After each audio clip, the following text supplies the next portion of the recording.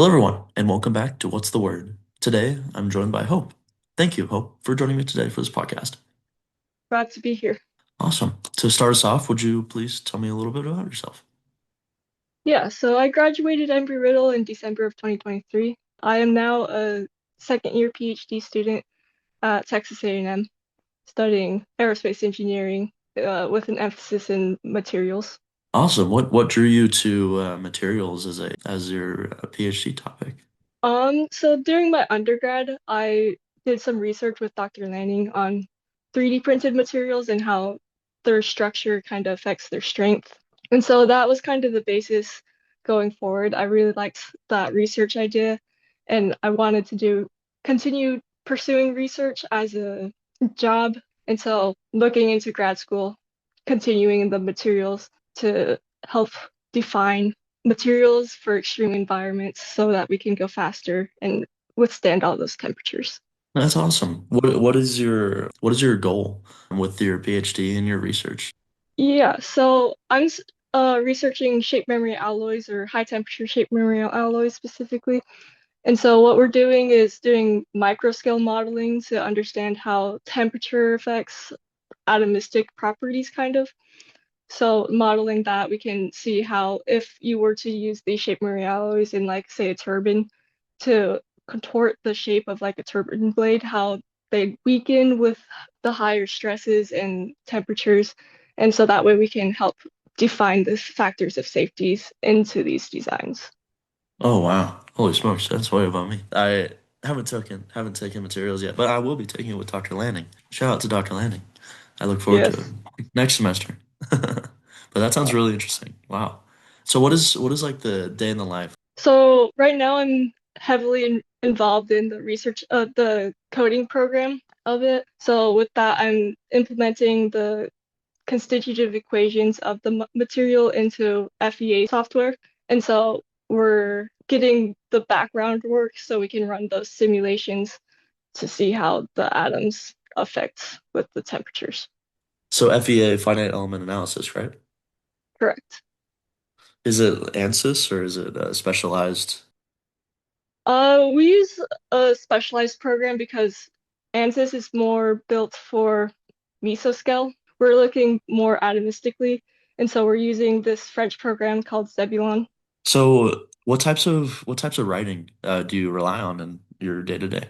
So right now I'm also working with another PhD student in my lab. We're collaborating on publishing a paper on some of his experimental efforts, which kind of lead into my computational efforts. So that includes writing for a journal. So just like a technical paper, or Yes, yeah, a technical paper. how does that whole process work? So we have the results. Now we need to communicate those results into the general audience. So that includes making pretty pictures to tell the story, to show the data that we can tell the story from, and then discussing how those results can be applied to broader applications, and then implementing those results into our computational code. Yeah, pretty pictures. I like that. Yes, pictures are worth 1,000 words, you know? Yeah, yeah, I've heard that. That's very true. Figures are very nice. Yes.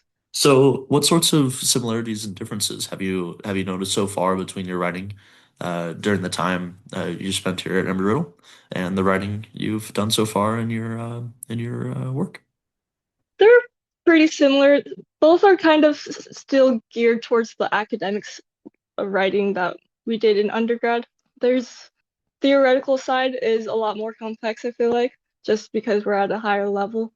The way that we convey is very similar to how I would have conveyed the same results as an undergrad in, like, say, my capstone course.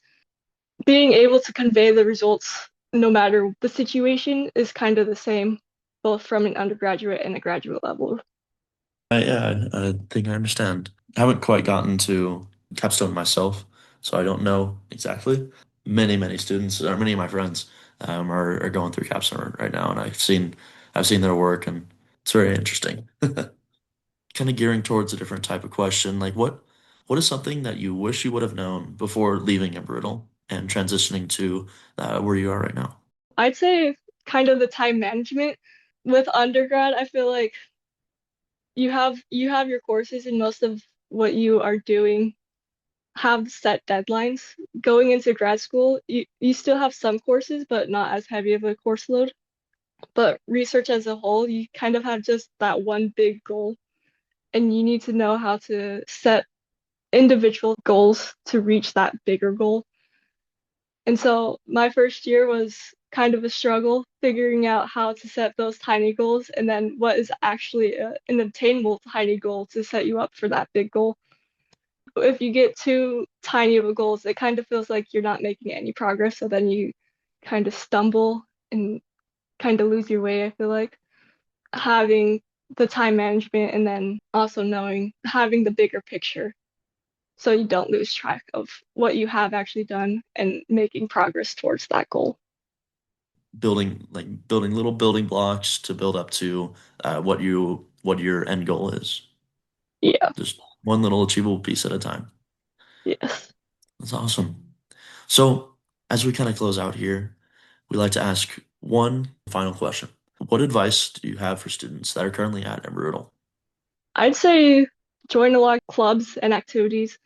Don't be afraid of reaching out and finding a group associated with what you want to do. So, like for me, I joined the Women Ambassadors Association, and that I got a really good group of girls who supported me. And that like-minded association helps outside of the academics so that you have a refuge kind of so you don't get too stressed out with just your academics. You can also have fun with other like-minded people. Yeah, absolutely. I have so many friends that are in WA. It's a fun, fantastic Mhm. organization. Yes. Thank you very much for the advice. And thank you so much for your time today, Hope. Thank you. This podcast is supported by the Department of Humanities and Communication at Embry-Riddle Aeronautical University in Prescott, Arizona. Our hosts and producers are Owen Smith and Leah Little. I'm Amelia Chesley, Assistant Professor of Professional Writing. Many thanks to the Prescott Campus Writing and Design Lab for hosting our transcripts. The intro and outro music is Wanderer by Alex. You can find us where most podcasts are found. And if you are a Prescott Campus alum, please reach out so we can feature you in a future episode.